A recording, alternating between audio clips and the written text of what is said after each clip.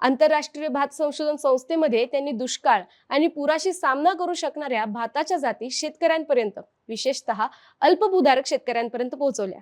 या वाहनाचं नाव सहभागी धान. हे दुष्काळ आणि कमी पाण्यात तग धरणारं तसं पहिलं वाण.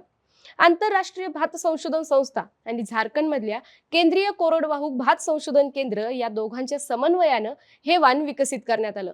सहभागी धान हे वाण स्वाती यांनी सर्वात पहिल्यांदा ओडिशामध्ये मयूरभंज मधल्या शेतकऱ्यांना चाचणीसाठी दिलं.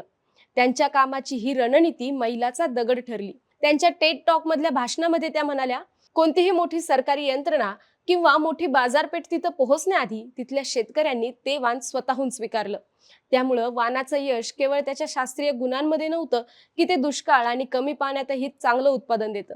त्याचं खरं यश हे तिथल्या शेतकऱ्यांच्या ताकदीमध्ये. पुढे त्या म्हणाल्या, या अनुभवावरून मला एक शिकायला मिळालं.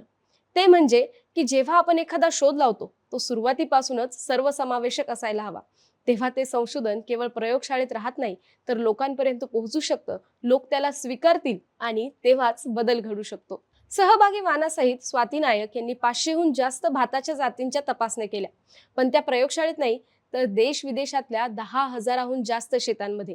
तसंच हवामान बदलातही टिकणारे, जास्त उत्पादन देणारे, पोषण मूल्यांनी समृद्ध आणि आरोग्यदायी असे 20 पेक्षा जास्त वाण त्यांनी वेगवेगळ्या देशांमध्ये बियाणे प्रणाली आणि विस्तार माध्यमांच्या मदतीने प्रसारित केलेत. तेव्हा शेतकऱ्यांकडून त्यांना एक नवी ओळख मिळाली. ती म्हणजे बिहाना दिदी, म्हणजेच बियाणे दिदी.